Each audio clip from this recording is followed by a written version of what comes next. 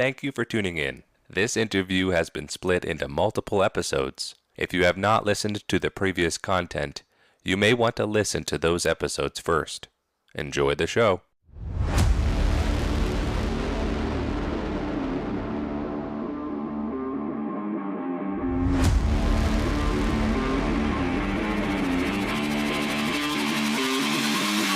That's crazy. Okay, so who you got for your small forward?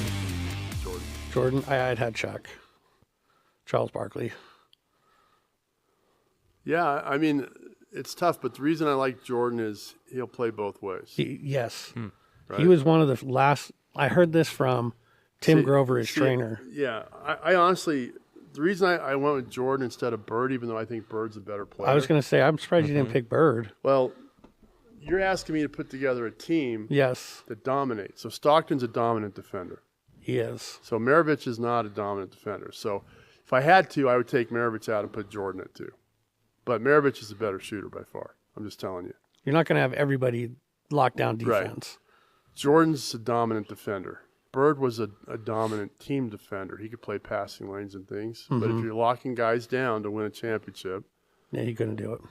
I'd have to go with Jordan. But if you start to ask me about who are the best players of all time, No, this is a good mix. This is not what I was not Right. what I was expecting, which So, is awesome. number 4 would be Bill Russell at the 4. See, power and here's a forward. weird one for me because I didn't think I would go with this person. I went with Rasheed Wallace. Yeah, Rasheed's a solid player, but he didn't have the level of consistency for as many years. So the word on Russell was the sports writers, sportscasters from the 60s and the 50s, right, late 50s, said if they didn't keep the statistic when Russell played, if they had kept statistical data on block shots, they all swear that he would have averaged a triple-double. Russell. Russell, Wow. Okay. right. Interesting. So, Yeah, I was so torn. I put him at the 4. You know what his career rebounding average was? It was 12, right? 23.2 23 rebounds a game. career average. Wow. The only guy Nobody that talks about him as a rebounder. he was so dominant. Are you kidding? Chamberlain had the same amount, 23 Interesting. rebounds a game. Because I was torn between So Chamberlain Wallace, would be my 5. yeah, or Rodman. Because at that 4 spot, you got to have somebody that's like, in my opinion, that's going to get down in the weeds and like cause problems. But I really, Chamberlain was so dominant, but I really would take Jabbar over Chamberlain. And the reason is Jabbar is more of a team player. Yes. So he can block shots in his prime. He could score. He could rebound. But if you got Russell getting 23 rebounds and Jabbar gets 12, right, you're already at 35 rebounds and no one else has picked up a board yet. No. And then you got Bird, who's going to get 10.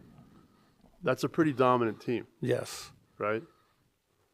And Russell could guard on the perimeter. He was that athletic. So ideally, That's a good one. it'd be Stockton. I'd put Jordan. I'd put Bird. I'd put Russell. I'd put Jabbar. So Jabbar would be your center. I'd put Shaq. Who you got coming off the bench? Your 6 man.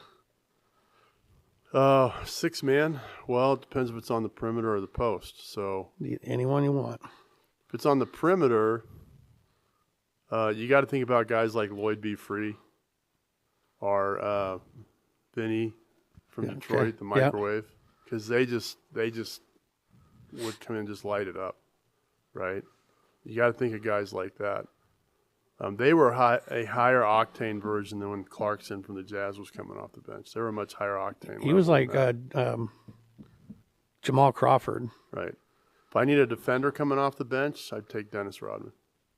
I took Kobe because he could kind of do both. And I love Kobe. I respect him. But again, it's this mentality.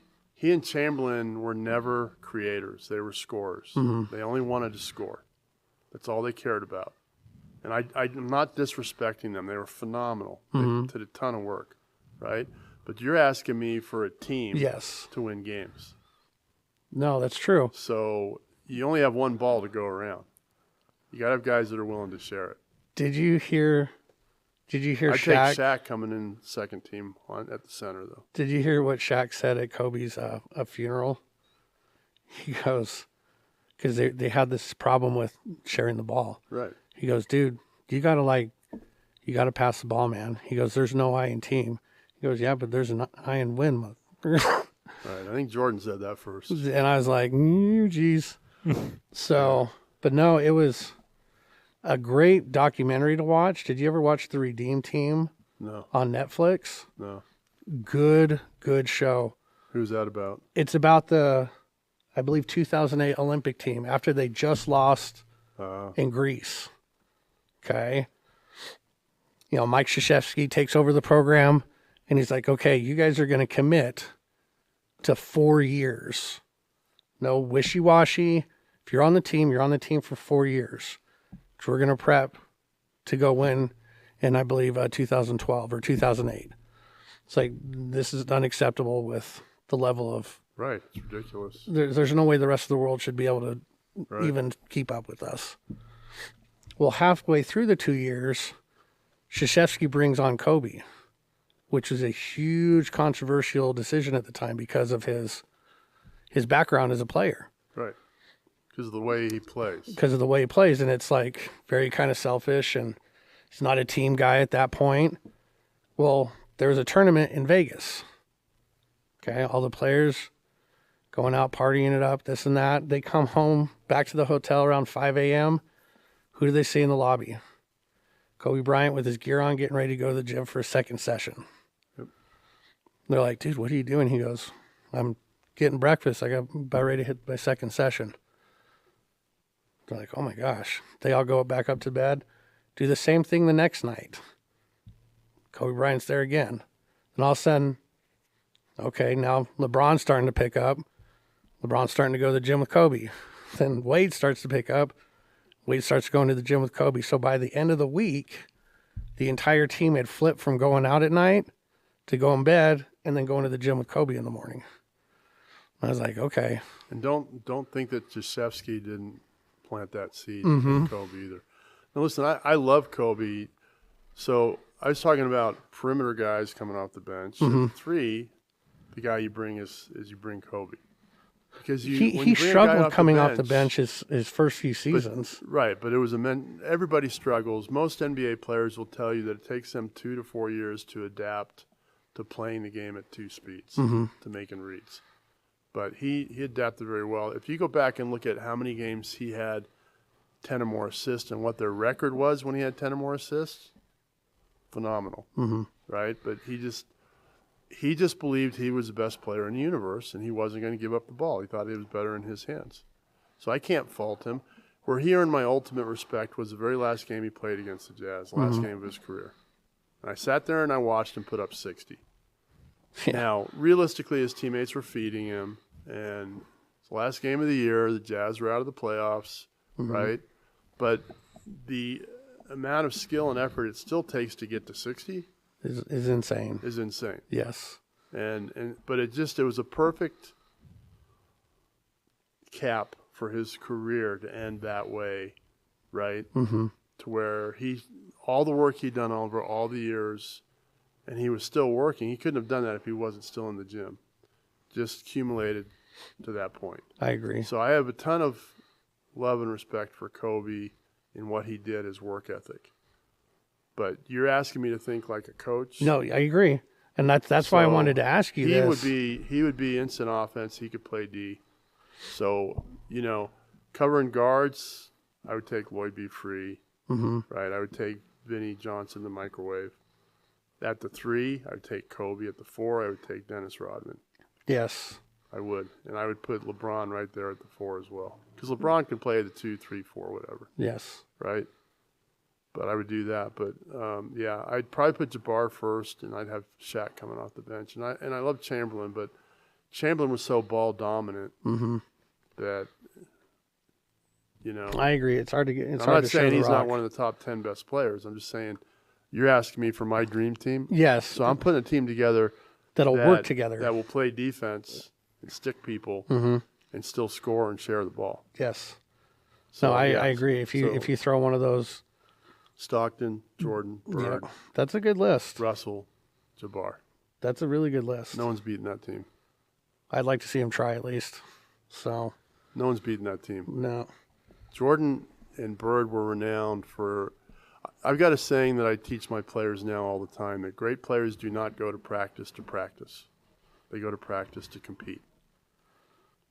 And if you don't have that mentality where you are working to compete in every drill, every sprint, every scrimmage, then you're not following the footsteps of Bird and Jordan, I'm telling you right now, or Russell for that matter. You can take it one step further. You're not only there to compete, you're there to excel. Right, and that's how I agree. That's how you excel. Because at some point, you're your own competition because you're blowing everybody out of the water. Right. So you're not looking at practice as like, okay, I'm here to compete against these guys. I'm here to excel against them, to make them question whether or not this is the right career choice for them. Right. Yeah, you just got to have that mentality. Yeah, definitely. But all right, moving on to the next section, it's the Ask a Senseis. Get your thinking caps on and prepare to absorb all the wisdom that Coaches has to offer, because it's going to be a real pot of gold at the end of this rainbow of knowledge. So Ask a Sensei, or Ask a Coach in this instance, is we have 3 questions that I actually wrote these down because I wanted to get your thought process on it. Both being on a team with you and now being off a team and with you still coaching.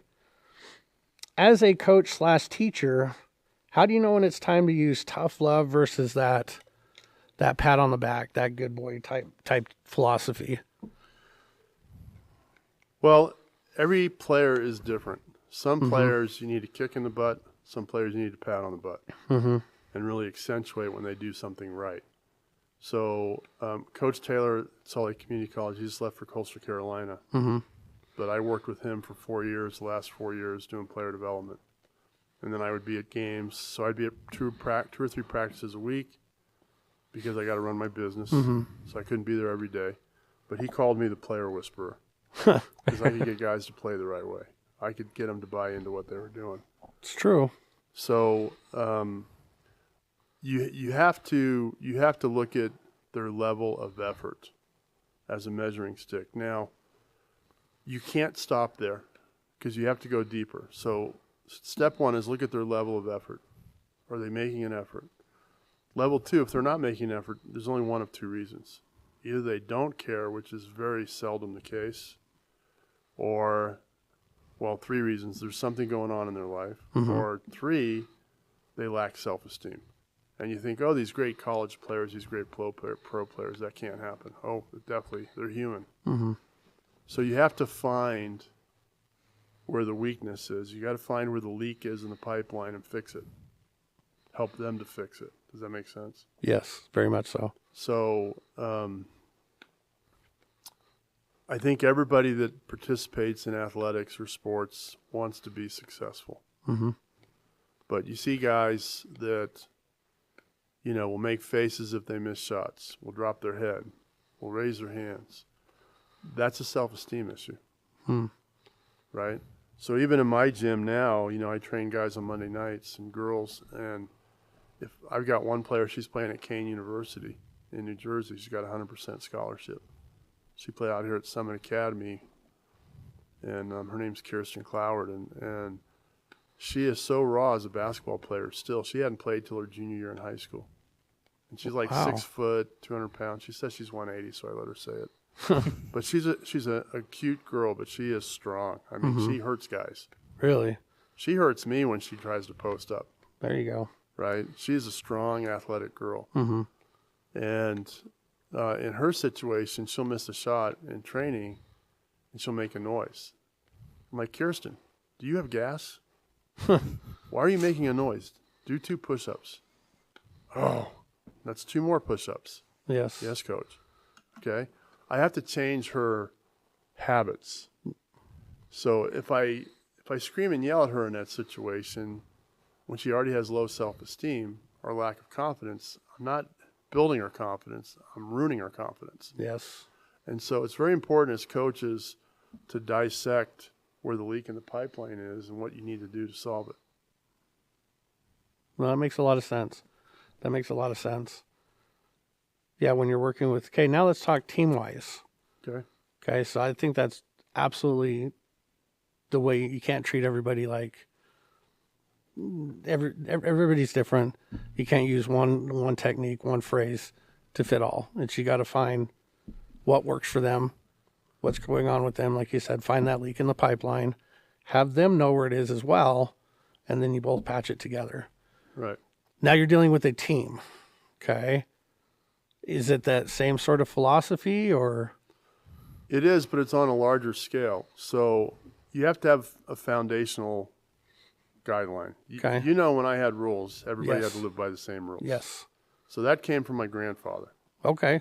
We call it a Scottism. He said you can take the dumbest cow in the pasture and the smartest cow in the pasture. They all know where the electric fence is. That's true. Right?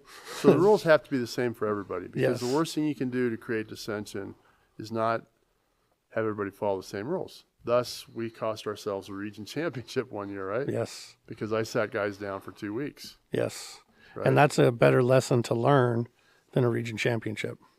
Absolutely. 'Cause Absolutely. that's just I a never drop in the regretted bucket. my decision about that. Mm-hmm. I wasn't happy about it. No, Right. neither was anybody else at the time. But looking back on it, like, man, But Nate went and played NCAA Division II on Exactly. a scholarship. exactly. He probably wouldn't have if he didn't do that. No, because they would have gone to some other guy that was as athletic as him that pulled grades. Mm-hmm. So That's very true.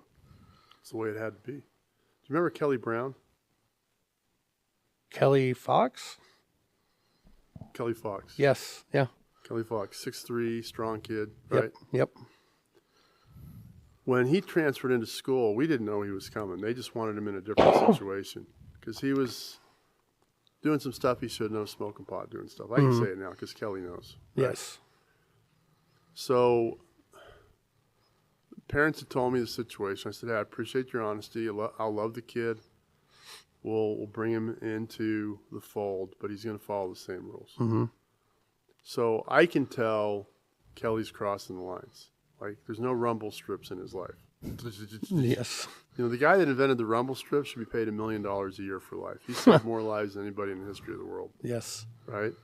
Except for maybe, you know, Jonas Salk that invented the penicillin, right?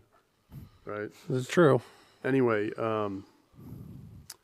Kelly comes in, and I can tell he's outside the rumble strips. I can tell by how he looks, how he's functioning. Mm-hmm. And you knew I always checked on with the teachers. Kids were acting up in class. Come and tell me, I'll take care of it, right? And he was always one acting up in class or falling asleep. Always was. And so I went to his parents because he'd been having a hard time before. We're trying to get him squared away. And I said, I need your permission to take Kelly out of class. I did this with only 2 players when I was at Salt Lake. I need permission to take him out of class and run him till he pukes. Go ahead, Coach Scott. You got our full support. I said, okay, sign this release. Right? For So I pulled, oh, yeah. No, it was just me and him. I and remember that. Pulled him out of class. Okay, Kelly. We're doing ladders. Start running. They got to all be under 30 seconds, or we keep that ladder on the books. Mm-hmm. We're going to do like 100 of them, right? Well, he couldn't get under 30 seconds on all of them. There's no way anybody can do that. But No. it was, anyway. He tried hard, but he wasn't the fastest We did, and guy. I said, listen, I remember we got through that session, and he got madder and madder. Because you go through these emotions. It's like detoxing, right? He got madder and madder, and then he got down, and then he broke down and cried. And I remember going and putting my arm around him and hugging him and saying, listen to me, young man. We're going to do this every day until you pull your head out. And why are we going to do it? Because you don't like me. I said, no, I don't like you. I love you. Mm-hmm. We're going to do this every day. And Nobody I'll run else, him with you if I have to. because nobody else is willing to do that for him. Yeah, but you're going to change, and you're going to know that I believe in you. And you're going to make something of your life. And you know what? He did. And I remember being down at Riverton Chevrolet a few years ago, and I think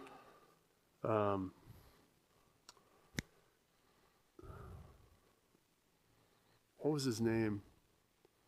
Joel. Oh, really? Joel Angel. Joel Angel. Uh-huh. Kind of lurpy, right? Yes. Yep. Dump, 6'4" kid. Yep.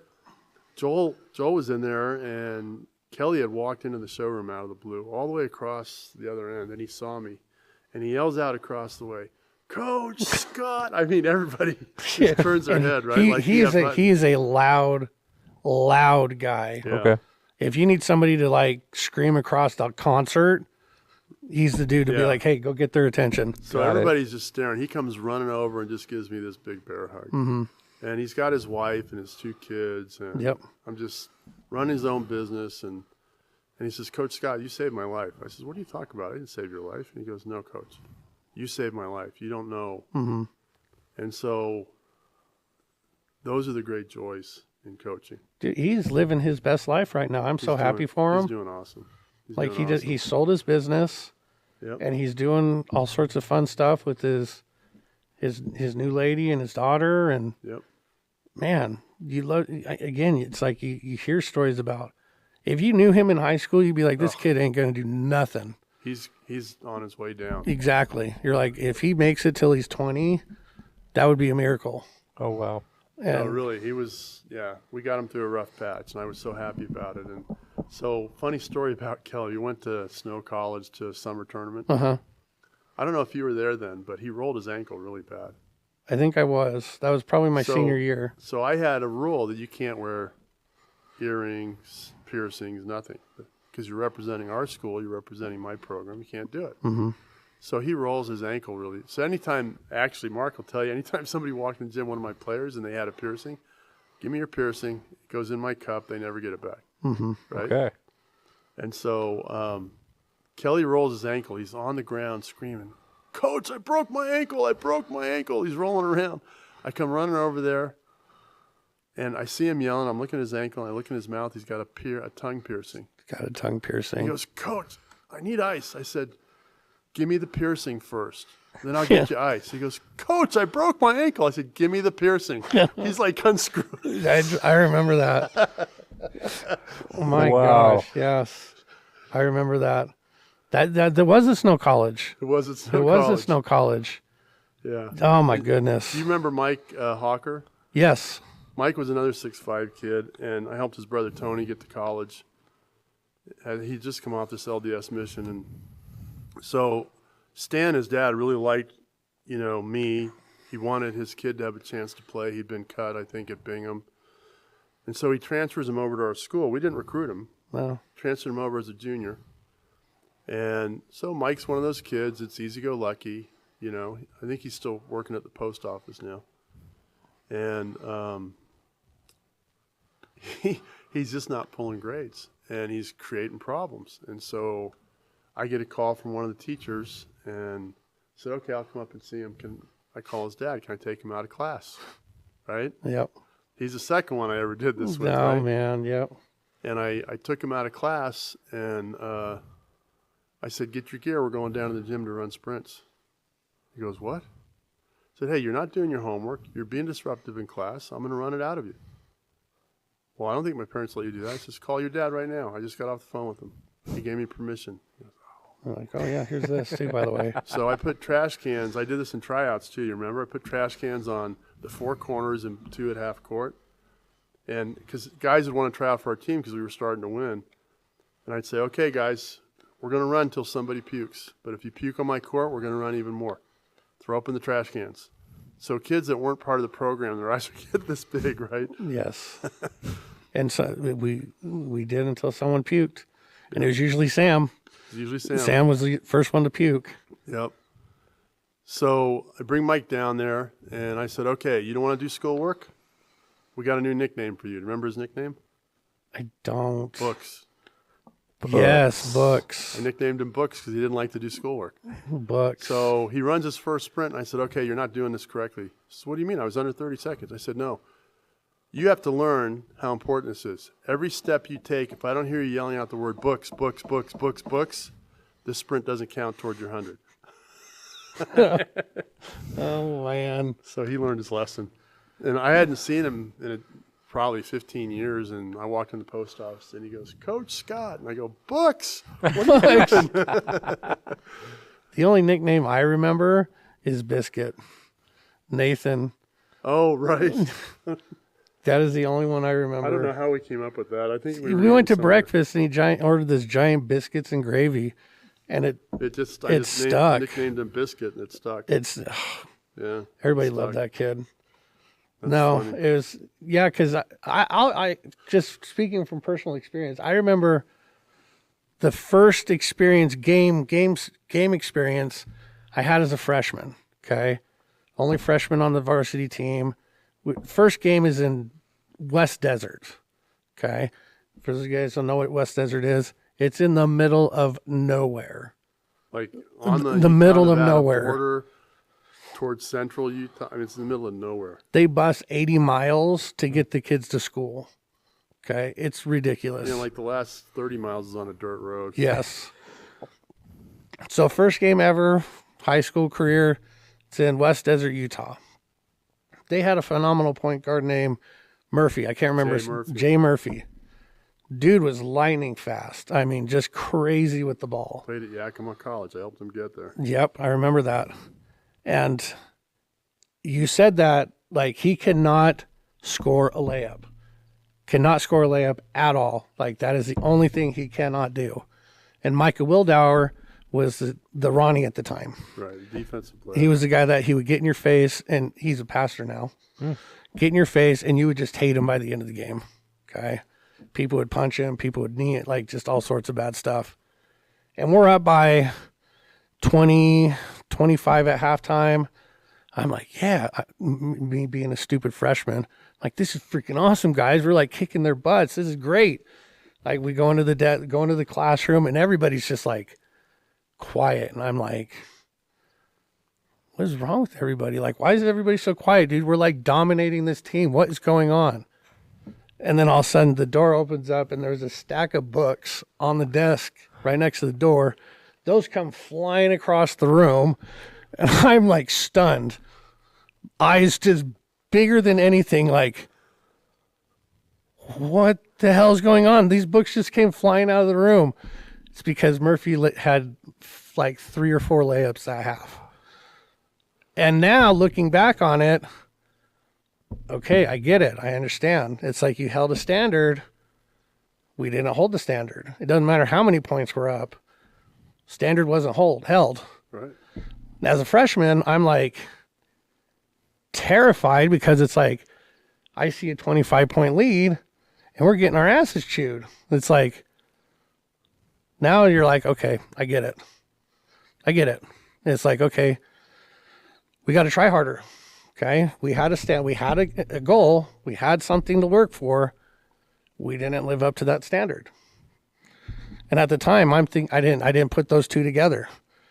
And it's one of those things. All of a sudden, you look back on it, and you're like, okay, I get it. That's what happened. Follow the game plan. Yeah, that year, your junior year, we should have won. We would have won region if I hadn't sat guys. Mm-hmm. We should have won state. We were the best prepared. We had a great group. I would it seems like every year I played there, we had a solid team. We went to state the first year, my freshman year, with Landon Gobelman as our Nate. You know that. I'll tell you a Landon story in a minute. he was fast, skinny. He could jump out of the gym, and he just developed this dominant mid-range jump shot coming down on the fast break. He went and played in college too. Yes, and yeah, it was a great time. My freshman year was very hard, but very fulfilling. I was drained after that season. Like I contemplated, be like, oh my gosh, do I have enough to go back? Because at the time I was playing upwards of 7 games a week. Sometimes. That's a lot of games. You know, freshman, JV, varsity. Mm-hmm. And by the end of that season, I'm just like, I got nothing left in me. Like, is this... We were trying to get him ready to play the next year. Yeah. And at the time, you're just like, you don't think that far ahead. Of course not. You're just like thinking now, be like, my body's toast. Like, there's no way it can handle next year. But then you got to remember, well, I don't have freshmen next year. That's right. Okay. So that's another thing taken away. So that's just teaching you how to learn how to take one step in front of the other, not looking too far into the future. Mm-hmm. So, But moving on to the next I got to tell you question. Landon Oh, Goldman's let's hear the story. So we didn't have a lot of talent when Landon was a senior. Right? No. We were just starting to evolve and to be competitive all the time. We were developing talent at that point. Right. And so Landon could score. He could get by guys. And he just didn't have a scorer's mentality.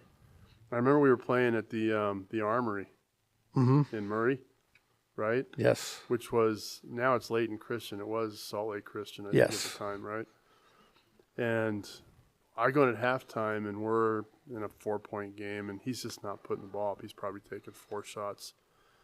And I'm throwing stuff around. I said, Landon, I'm going to tell you right now, I'm going to tell everybody on this team, every point you score less than 20 in the first half, or the second half, excuse me, you got to get 20 points in the second half. Every point you score less than below 20, we're doing a ladder. So if you only get 10 points, we're doing 10 ladders, right? And that's what I had to do. I had to force feed him into the role that I needed him to do because it was best for the team.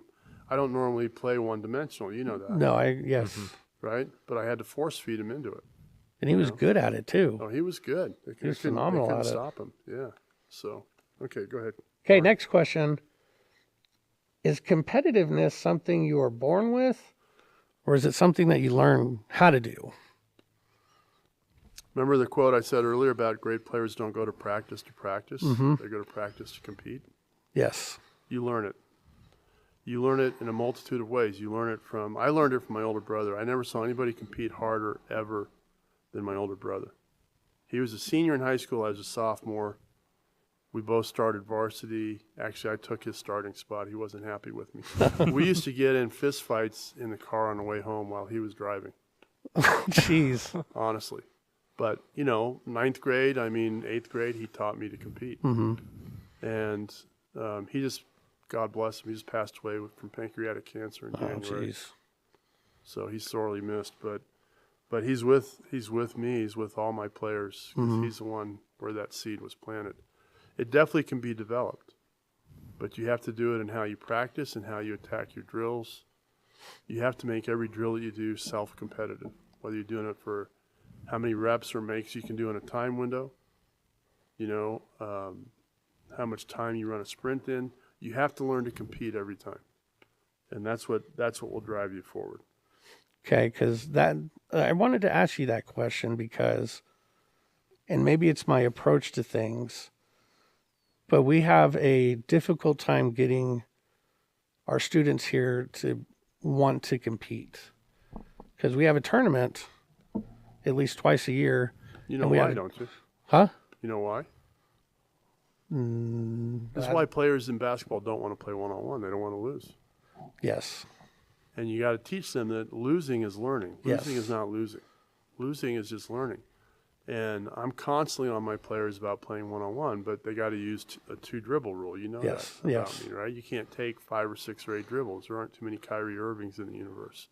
You got to get there, 2 dribbles, otherwise you got another defender you're on not you. going to get there, right? So I'm constantly harping on my players to go play one-on-one, to work on their jabs, their shot fakes, work on their, reads of the feet, attack the lead feet, or you play defense one-on-one. You got to compete or get beat. That's the rule. Yeah, we did a lot. I remember doing that a lot now, and I never understood why. We always seem to play a lot of one-on-one. Right. And it's like, again, you either love it or you hate it. When you're winning, yeah, let's play one-on-one, man. When you're losing all the time, you're like, I don't want to play one-on-one. Yeah, so one thing, if you do enough research, you'll find that the best NBA players play one-on-one constantly. Jordan was always dragging somebody out, and the veterans got tired of it, so he would demand that a rookie had to be with him playing one-on-one because he was polishing his craft constantly. Yes. And that's why. And so we need to find more competitive drills because I agree. The kids are too afraid to lose. Right, and you got to talk them through it every day too. Like, this isn't losing; this is learning. So let's compete. We're going to compete today to find out what our 2 best strengths are and what our 2 biggest weaknesses are. And then we're going to train. When you're away from here, we're going to show you the drills. Train to your weaknesses. I like that. See, and that's what you have to do. You have to teach them that competing isn't bad. Losing is learning. It's not losing. It's only losing if you quit trying. No, I agree. And that honestly kind of feeds into the last question, and I've already seen it. What are some similarities between your quote-unquote traditional sports versus martial arts, like we just talked about? Like, hey, today we're going to compete. We're going to find 2 things that we're good at, 2 things that we're bad at.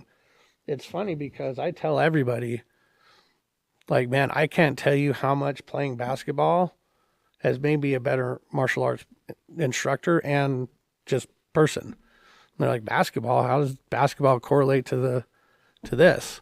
I was like, okay, when you're in your horse stance, you're posting somebody up. It's the exact same thing. Right. It's body movement. It's learning how to use your weight. It's learning how to use your body. It's learning how to transfer your weight, transfer your movements. And a lot of these similar stances and movements we've done here, I'm like, oh my God, I've already done these hundreds of times on the court. Now it's just in a different avenue. So have you seen that the fundamentals never change? Yes. Just the names of the players that use them. Yes, very, very, very much so. Because I talked about this with somebody else a while ago. What's your take on a lot of these kids, younger kids nowadays, getting into like specialized sports? I think through high school is the time to play multiple sports. Okay. I agree. I completely agree. Now, you got some high school coaches that are very possessive, and you have to make those decisions, right? But I think if you're going to play through high school, that's the time to do it. Because I think college and on, yes, and you need definitely to. Before high school, definitely play multiple sports. Yes. It's time to do it. So, in regards to martial arts specifically, the fundamentals are what are important. So the rule of thumb I would give you is that if I were to ask you to define the word practice in one word, what word would you use to define practice? I would say effort. Steve? Consistency. Repetition. That was on one of my plaques, I think, that I got. Yes, it was. That's what practice is. And you can't cheat the martial arts gods. You can't cheat the basketball gods. You have to go through and make the same amount of makes, the same number of reps that guys that have made it to get to the level they got to. You can't cheat the gods. So practice is repetition in one word. And exactly. So you have to, as coaches and senseis and instructors, you have to break the whole component down into parts. So I'll give you a very simple example. I now have, remember the 5-spot warm-up drill? Yes. Well, that's the actual mechanics of shooting from a correct shot spot or what's a perfect triple threat. But I actually break down shot mechanics into things as simple as this is a drill. You have the ball, you slap the ball, and you go and you form a triangle. So your guide hand isn't in the way of your shot. Because I've had NBA guys that still top the ball. It was a junior high habit when their hands were small, right? Or they front the ball. Right? So that's a habit break. You do it while you watch TV. Do it 25 times when commercials come on. Right? It's funny because we try to instill commercial drills with our students, but we have to call them streaming drills because nobody watches TV with commercials anymore. Right. So it's like, okay, in between each episode, you got to do 10 reps of this. Absolutely. So you break the whole down into parts, but if you do it as a warm-up, then it becomes significantly important. I've got a player I sent to college about 5 years ago. He went and played up at Walla Walla University in Washington. His name's Greg Farmer. And his brother I sent his brother to play football at Colorado School of Mines, Division II. And Greg called me last week, and he said, hey, Coach, I'm finishing up my accounting, my master's degree. I want to get involved in coaching a little bit. Can I come help you when you're coaching kids? I said, sure. So he came over last Monday. He drove over with me to the training facility we're using. And he's, young, brash, mouthy. He's mouthing off. I want to challenge you to free throws. I said, you can't beat me at free throws. Oh, jeez. No, Coach, I want to challenge you. I said, okay. You've been playing with the guys. We did it at the end of the night. Our players are there, right? I said, so Greg wants to challenge me to free throws. Anybody want to see it? Oh, we want to see it. I said, okay. Only one rule. I get to start on a make because I've been sitting all day. I haven't done any shooting. So I missed my first couple, and then I hit one. Mm-hmm. I said, okay, I'm locked in. I'm good now. So I hit 10 in a row. And then okay, Greg, it's your turn. This first one's kind of shaky. Goes in. I goes, man, that's a little shaky. You better get your act together because you got to make 9 more in a row. So he goes 7 for 10. I said, okay, you're buying the Gatorades tonight. There you go. But it's just the point is this fundamentals. Yes. Right. But my level of consistency is so high because of what I did, 100,000 reps or more. Right. Yes. And so I have muscle memory built up, and practice, in one word, is repetition. What does repetition give you? It gives you muscle memory. You're trying to master the right muscle memory. So, you know the expression, practice makes what?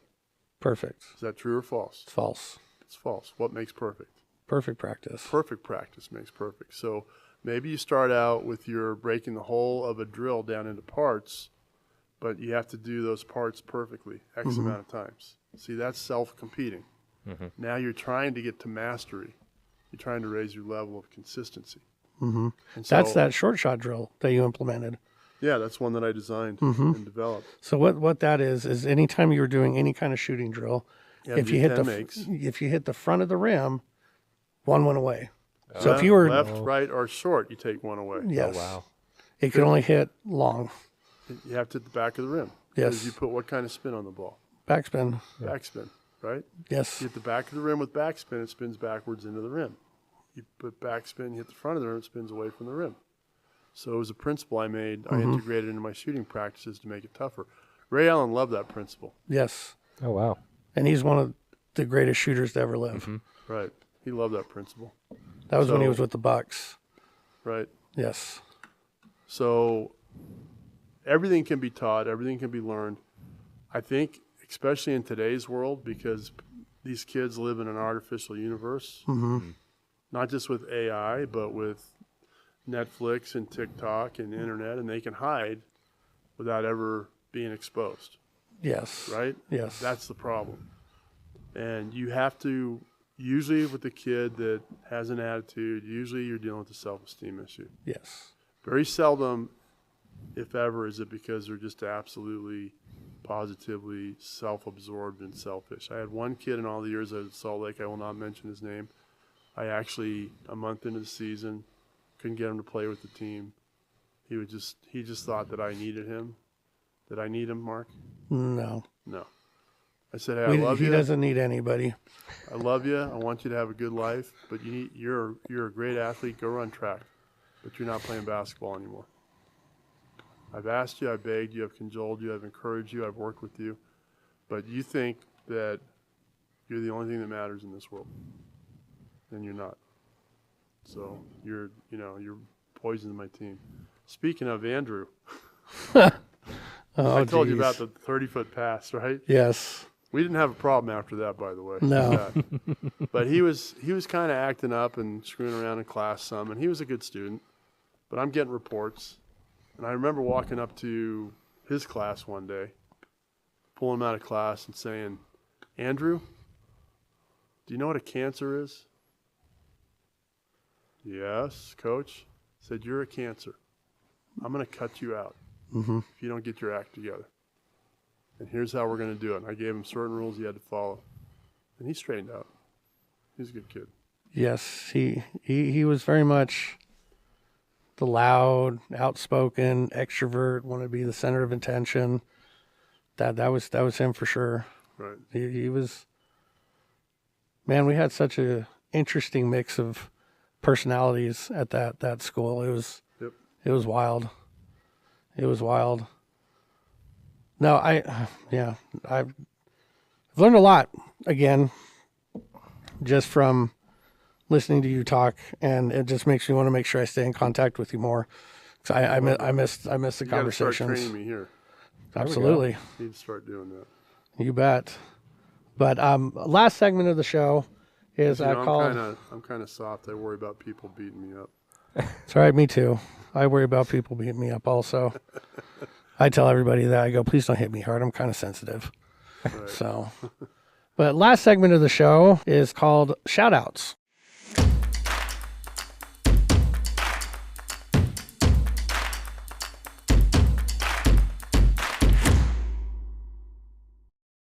highlight something or someone or an area, personally, professionally, whatever you want, and kind of give them the spotlight they deserve. Okay. So program, it could be a person. Exactly. If you want to shout out like what you're working on personally, great. If there's a person that means a lot to you right now, shout them out. But we kind of like to end on a happy note like that, in terms of, make sure that we understand that what we do is more than just us. Okay. And I think you know that more than anybody. And I probably learned it from you, to be honest with you, is when you coach/teach, it is not about you. It's about the person in front of you. It's about the student. It's about the athlete. And it's a lot of times you see nowadays, people don't coach/teach for the right reasons. It's either an ego thing, a power thing, but it's not the right reason. And I always try to make sure that I remind myself, and I remind the guys that teach here, it's not about you. Like, you could be gone, students will still be here. Okay? It's about the students. Right. In fact, if the students aren't here, you're not here either, because that's right. There ain't no money to run a business with no students. Right. So you got to make sure that you do everything you can to make it about them. Did they get what they needed out of the lesson? Not what you needed out of the lesson. Did they get what they needed out of the lesson? And man, it's very easy to forget that, especially like when you got people calling you coach all the time. It's even worse in the martial arts industry when you got people calling you a crazy title like sensei, right, and they bow to you. People let that go to their head so bad. In their universe, it's like God and then sensei's right below it. Well, and one of my affirmations that I read every day, I have them on my phone. The last thing I read every day is, how would the Savior handle this situation? How would he handle this person? So I always try to, I'm not perfect at it, you know that. None of us are. Competitive, but I try to do that. As far as shout outs, I'll just say something to honor my brother, because he lived this way, but it's another Scottism. Okay. Right? But the rule of thumb, but he lived this as an example, my brother Eric, is that if your pants are on fire and the barn's on fire, put your pants out first. So the concept is, take your biggest problem in life, fix it, then go to your next problem. Because life is all about living through problems, celebrating the successes in between, and just moving forward. So put your pants out first. Goes to my brother Eric. Love him and I miss him. Yes. And Eric Scott, right? Eric Scott. Eric Scott. Sorry I never had a chance to meet him, but I feel like I already have, to be quite honest with you. Just from, like you said, he taught me something through you. Like there's a part of him that lives on through me, and like everybody else that I come in contact with now. Definitely. So I'll tell you one quick story about him if you want. Absolutely. He fell in love going to junior college up at Rick's College up in Idaho. Married his wife Sherry. They were together 40 plus years, and they had a great marriage. But because he didn't finish his college degree, he took a job selling vacuum cleaners with Hoover.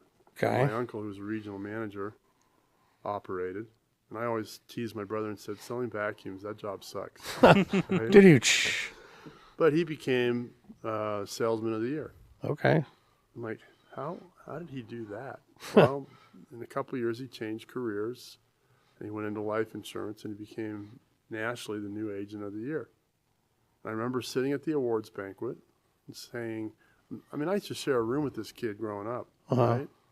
He doesn't have a college degree. And I'm like, Eric, how did you do this? I know you. How did you do this? Yeah. And he said, I broke down the last 2 years, what the total was that people had sold in order to win. I divided it by 12 months. I divided that monthly average by 4 weeks. I divided that weekly average by 5 days.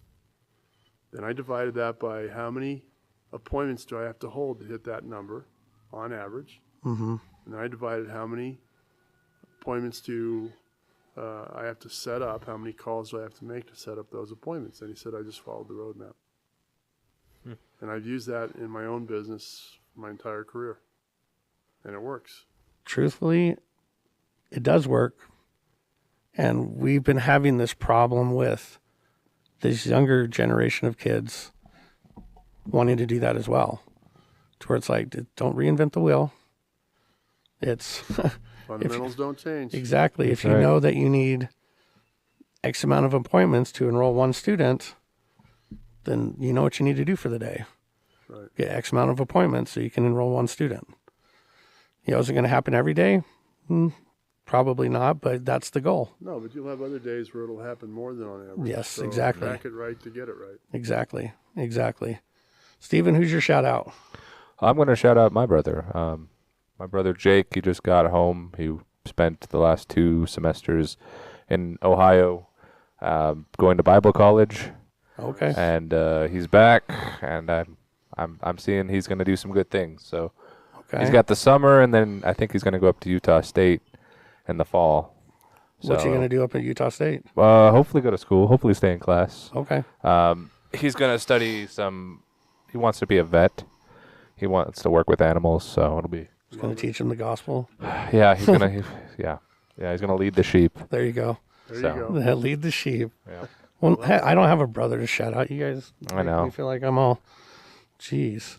Well, I'm actually going to shout out Coach Scott here and his businesses. You've got... what are they called? You have Athletic Quest. You've got... I've got Athletic Quest, which we mentor athletes one-on-one, help them get to college. In 2 decades, we've never missed with a kid getting opportunities. But we'll turn down 2 out of 3 kids we interview and say, okay, you're short here and here, work on this, we'll talk to you in a few months. I have collegecoachesconnection.com, which is a do-it-yourself website. You follow 25 steps. It's a roadmap. Okay. And it includes developing your own workouts, study habits, SAT, ACT prep, how to talk to coaches. And then I've got the basketball doctor. And a lot of people, they've heard that name and they go, aren't you the shot doctor? I said, no, I fix everything, not just Yes. So those are my businesses. I love them. I love working with parents and the athletes, and I've been fortunate that things have gone well with them. So well, and again, I think these are just things that I've learned through you. Just the level of commitment you put into them. And it's like you talked about earlier, you work at it, you get what you work into it. So if you're going to work at it, it's going to be a pretty good opportunity for you. It's not going to be, 100% guaranteed. Nothing is, but you're going to work your butt off to make sure that you can control what you can to make sure it's still viable. And I remember we went out to lunch when I told you that I was going to start teaching full time and running my own business. I remember that. And I remember what you told me, and I told him last night, and he laughed because he gets it too. He goes, the best thing about working for yourself is you only have to work half the day. The first 12 hours or the last 12 hours. Right. And I was like, my God, you were right. That is absolutely true. And man, I just got to say that it's been so fun catching up with you. It makes me a little angry that I haven't done it more often. We need to do it more often. Absolutely. We're close enough we can do that. Yes, because you've been such a huge impact, not only in my life, but my parents' life. And I can honestly say my students' life. Why? Because I'm teaching them things you taught me through a different avenue. Trickle-down effect. It really is. And, with your brother passing, it's like we're never guaranteed tomorrow, even though we're selfishly expecting it to happen. So if there's somebody that you care about, reach out to them today. Tell them hi. A simple hello, could change their perspective on something. So again, that's why I'm going to do my best effort to make sure I stay in contact with you and the people I went to school with. I try to stay in contact with Ronnie and Nate as often as I can. Nate is just so busy with his kids, man. Holy cow. Playing baseball everywhere in the state. To get him, and we all need to go to lunch or dinner. I will make it happen, and I will tell you when. Okay.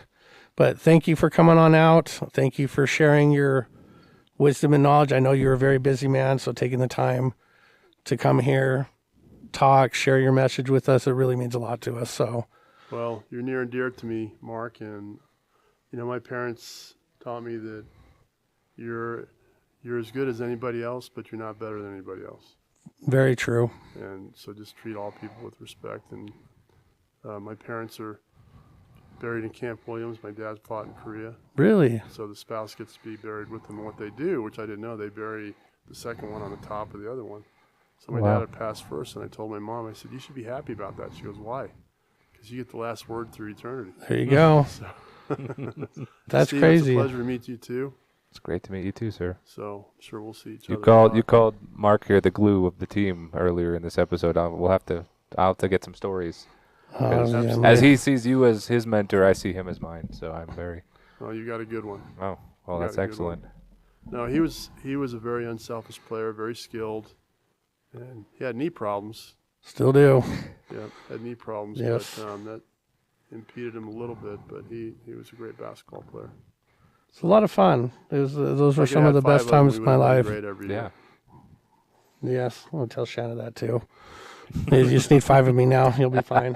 There you go. So, but sir, Thank you for the invite. I appreciate being here. and Absolutely. it's an honor to be with you guys. we'll definitely, and we'll get in contact with you so you can get your setup getting going with all that other stuff as well. That'd be great. But again, thank you for spending the time with us, you guys. Make sure you like us on all your social media platforms and where you find us for your podcast. And, kick it with us next time, guys. Kick it with us next week. Bye, everyone.